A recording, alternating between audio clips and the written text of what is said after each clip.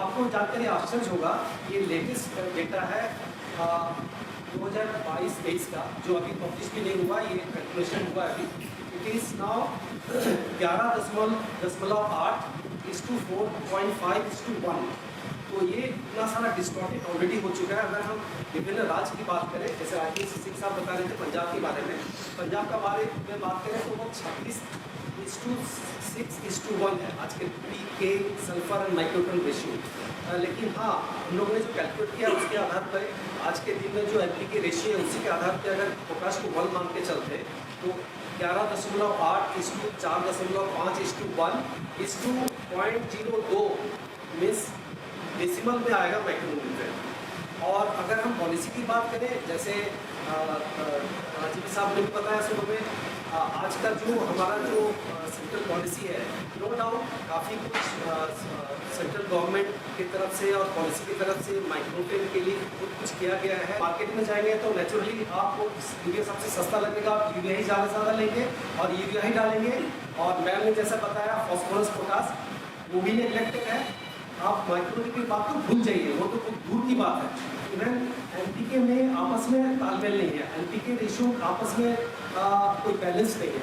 तो अगर हम बैलेंस फर्टिलाइजर यूज़ या संतुलित उर्वरक यूज की उपयोग की बात करें, वो कहीं पर ही संतुलित नहीं है, ये असंतुलित हो चुका है। और सबसे बड़ी बात है कि इसमें किसान भाइयों को जागरूक होना है। अभी जो उर्वरक जो टेस्ट करने के बाद, सॉइल टेस्ट के बाद, तो नेचुरली अगर हम नहीं डालेंगे तो ये सिर्फ आपके फसल की जो ईल्ड या क्वालिटी को असर नहीं कर रहा है, ये आपके परिवार के हेल्थ, आपके स्वास्थ्य को भी डायरेक्टली इम्पैक्ट कर रहा है। इसीलिए हम ये चाहेंगे कि ज़्यादा से ज़्यादा आप जागरूक हो जाए जल्द। तो ये और सवाल पूछना चाहूँगी डॉक्टर दास कि आज देश में करीब 50% मिट्टी में, मृदा में जिंक की कमियां पाई गई है। यानी कि आधा भोजन जो हम आज कर रहे हैं वो शायद उसमें जिंक की कमी है। अगर 50% मिट्टी में जिंक की उपलब्धता नहीं है तो माने वो आहार जिंक की कमियां हैं।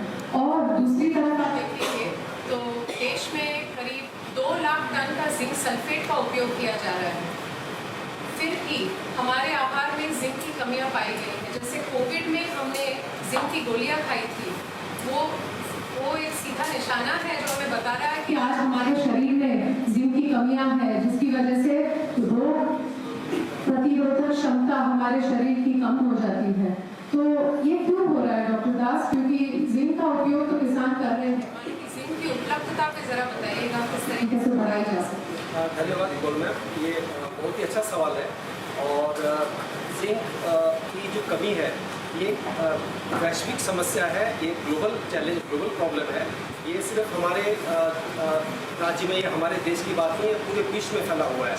जैसे कोल मैम ने बताया, तकरीबन आधी जो मिट्टी है, जो विश्व की 50% जो सॉइल है, आधी मिट्टी में जिंक की कमी पाई जा रही है, जिसकी वजह से फसल के लिए अभी तो हमारे स्वास्थ्य के लिए भी बहुत आवश्यक है। और जैसे जिंक की जरूरत है, आयरन की मैं समझता हूँ जिंक से ज़्यादा इम्पोर्टेंट एलिमेंट है आयरन, क्योंकि हमारे जो ब्लड से डायरेक्ट रिलेटेड है। तो इसकी कमी तकरीबन 12% हमारे इंडियन सॉइल में as per as ICAR report कमी पाई जा रही है। फॉलोड बाई 7% मैंगनीज की कमी पाई जा रही है, 4% कॉपर की कमी पाई जा रही है। यूँ कहें तो आज का जो एरा है ये सूक्ष्म पोषक तत्व या माइक्रोन्यूट्रिएंट डिफिशिएंसी का एरा है। ठीक है, ये आप nitrogen, phosphorus, potash, sulphur, micronutrient सब चीज़ की कमी है। अच्छा, coming back to your question ma'am, so जैसा कि आप सब जानते हैं कि हमारे देश में 40% करीब मिट्टी में, जैसे मैंने बताया, जिंक की कमी पाई जा रही है। और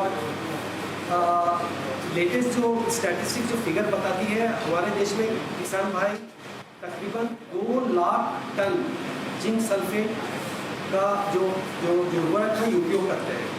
लेकिन अब अगर इसको इस प्रकार से अगर हम बताएं कि हमारे देश में जो नेट सोइंग एरिया है वो हालांकि घटता जा रहा है। पहले 342 मिलियन हेक्टेयर था, वो घट के 140, आज के डेट में 139 मिलियन हेक्टेयर ही रह गया है। तो आप अगर ऐसा कैलकुलेट करके देखिए कि 140 भी आप पकड़ लीजिए, 140 मिलियन हेक्टेयर में अगर आप देखिए 40% अगर मिट्टी में जिंक की कमी है, इसका मतलब तकरीबन 50, 51, 52% जो मिलियन हेक्टेयर है उसमें जिंक की कमी है। और उसमें हम 2 लाख टन अगर हम जिंक सल्फेट या जिंक खाद का प्रयोग कर रहे हैं और जो स्टेट जो रिकमेंडेशन है, जो गवर्नमेंट रिकमेंडेशन है वो 25 किलोग्राम जिंक सल्फेट का है हर क्रॉप में, हर सीजन में 25 किलोग्राम जिंक सल्फेट, जैसा कि आप लोग सब जानते हैं, डालने का है। तो अगर हम उस प्रकार से कैलकुलेट करें तो हमारे जो नेट स्विंग एरिया है उस पर ये 15% भी कवर नहीं कर रहा है। हमारे जो नेट स्विंग एरिया है उसमें 15% भी कवर नहीं कर रहा है। उसकी जो गुणवत्ता या उसकी जो उसकी जो फसल का जो यील्ड क्वालिटी है उस पर तो असर पड़ ही रहा है, साथ साथ हमारे लाइव स्टॉक, हमारे मवेशी को और हमारे जो शरीर है, हमारे हेल्थ को भी असर कर रहा है। गेहूं और धान में तो ये कमियां पाई गई है, पर फल, वनस्पति, सब्जियां, इसमें भी पाई गई है जिंक और आयरन की कमियां। क्या बता सकते? लिटिल लीफ या रोजेटिंग, ये जो टर्म्स है ये जिंक की कमी से पाई जाती है। ये सिर्फ सीरियल क्रॉप या अनाज में नहीं, अपितु हमारे फल सब्जी के जो फसल है उसमें भी ये देखा जाता है। मैं चाहूँगा कि हमें 17 पोषक तत्वों की आवश्यकता होती है पौधों को, और इन 17 पोषक तत्वों में कुछ तो हमें जो वायुमंडल है वहाँ से मिल जाते हैं, परंतु जो मुख्य पोषक तत्व है हमने उन्हीं पे ध्यान दिया है। जैसे कि डॉक्टर साहब ने अभी बताया, डॉक्टर दास ने, कि 4:2:1 का एक सही अनुपात होना चाहिए। हमारे जो पोषक तत्व हैं उनमें कमी इसलिए आई कि एक ही प्रकार का पोषक तत्व ज़्यादा हो तो वो जो दूसरे पोषक तत्व हैं उनकी अवशोषण को अवरुद्ध कर देता है मिट्टी में। तो दूसरे पोषक तत्वों का अवशोषण नहीं हो पाया। लगातार हम अधिक उत्पादन के लिए और अधिक नाइट्रोजन और फास्फोरस डालते गए, जिससे कि पोषक तत्वों का निक्षालन, अवशोषण ज़्यादा होता रहा, उनको रिमूव करते रहे, वापस मिट्टी में हमने डालने की सोची ही नहीं। ये बहुत ही अहम बात है जो डॉक्टर बाला ने बताई है कि जो नाइट्रोजन आधारित खाद का जो अतिशय उपयोग हो रहा है उसकी वजह से जो उत्सर्जन होता है, जो एमिशन हो जाता है, जिससे कहते हैं हम green house gas emissions, nitrous oxide की एमिशन होती है। 65% नाइट्रस ऑक्साइड की एमिशन आज दुनिया भर में कृषि क्षेत्र से हो रही है, नाइट्रोजन आधारित खाद के उपयोग से हो रही है। और इसी की वजह से तापमान में जो हम जो बढ़ता तापमान है, जो जलवायु परिवर्तन है, ये उसका आज नतीजा है। अगर आप देखने जाएंगे तो 65% जो उत्सर्जन है नाइट्रस ऑक्साइड के, वो 265 गुना उतना ज़्यादा नुकसान करते हैं तापमान बढ़ाने में, CO2 के बराबर में। तो ये बड़ी दर्दनाक, बड़ी विकसित स्थिति है। तो नाइट्रोजन हम इतनी सारी मात्रा में डाल रहे हैं, उसका हमें रेस्पॉन्स उतना नहीं मिल रहा है, जिसका एक बड़ा कारण है नाइट्रोजन उपयोग दक्षता में कमी। ज़्यादातर ये जो हम नाइट्रोजन डाल रहे हैं उसकी सिर्फ मोटा हम बात करें तो 1/3 मात्रा है जो काम में आती है, बाकी 2/3 का हमें नुकसान हो जाता है। हमने कभी भी मिट्टी की जांच कराने के बारे में सोचा नहीं, हमें लगा कि उत्पादन कम हो रहा है तो और नाइट्रोजन डाल दो। तो जिस चीज़ से नुकसान हो रहा था वही हम और बढ़ा दी, तो नुकसान तो जाहिर है।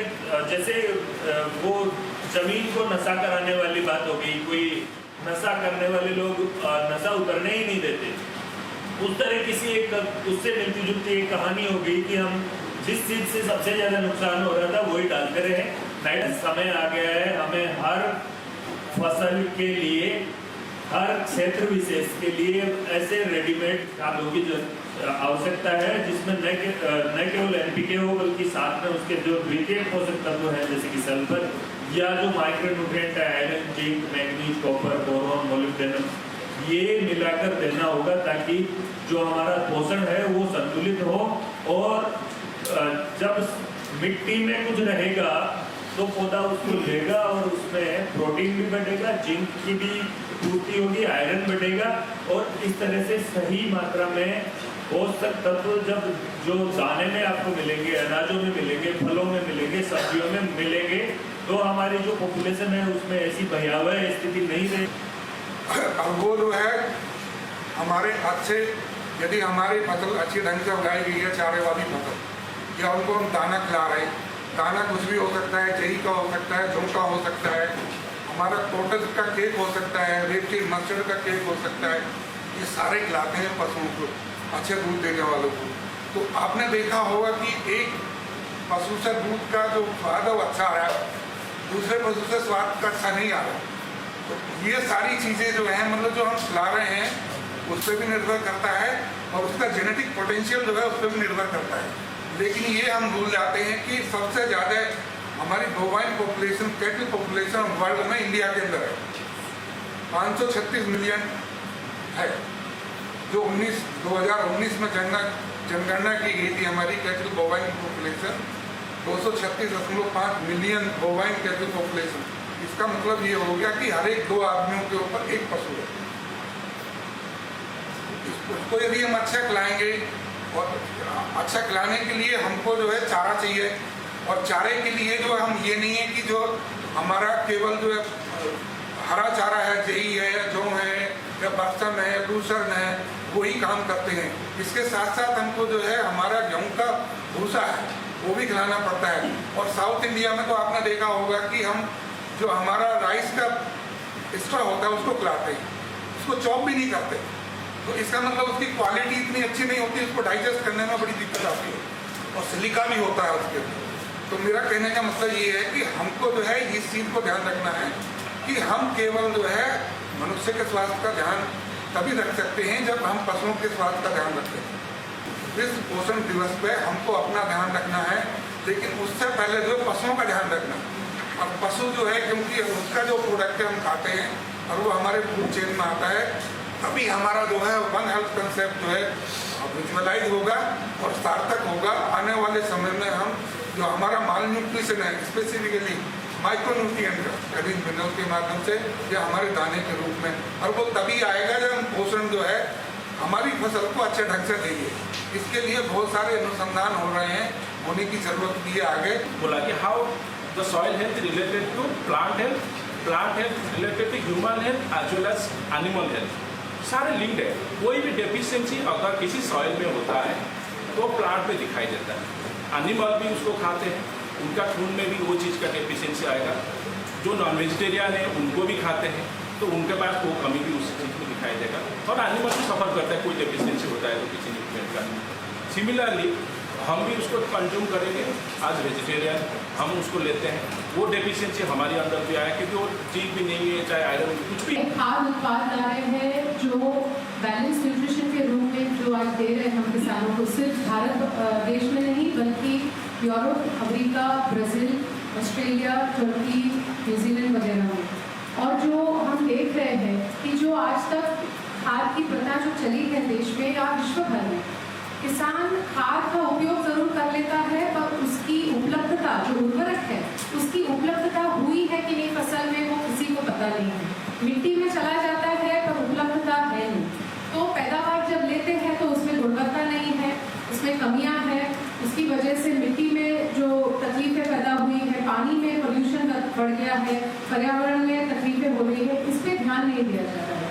तो हमने जो रिसर्च की है, हम जिस वैज्ञानिक रूप से इसे देख रहे हैं, कम लागत में आप पैदावार ले सकते हैं।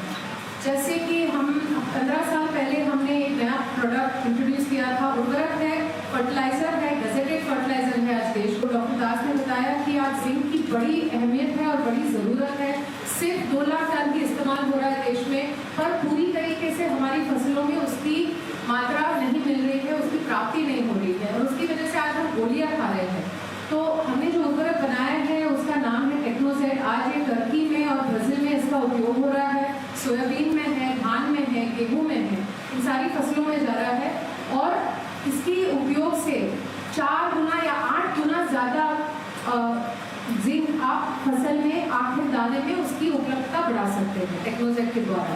और इसकी वजह से सिर्फ बढ़ाने से ही काम नहीं है, इससे पैदावार भी बढ़ जाती है, किसान की आमदनी पे भी काफ़ी असर आता है, उसकी आमदनी बढ़ जाती है। स्थिति ये है कि मेरे तमाम वैज्ञानिकों का कहना है कि नाइट्रोजन और फास्फोरस के आधारित मॉडल जो हमने अपनाया था उससे प्रोडक्टिविटी नहीं बढ़ रही। मैं एक बात और कह देता हूँ, मैं state farm corporation of India का चेयरमैन था 95-96, आज वो NSE मेंबर को। वहाँ सैलिनिटी की शिकायत थी और वो इसलिए थी कि एक्सेस यूज ऑफ नाइट्रोजन करने से 9-10 इंच के नीचे हार्डनेस हो गई है सॉइल के अंदर, सैलिनिटी हो गई है सॉइल के अंदर, और 2 तरीके के उद्देश्यों को लेकर यूरिया को फिट बनाया।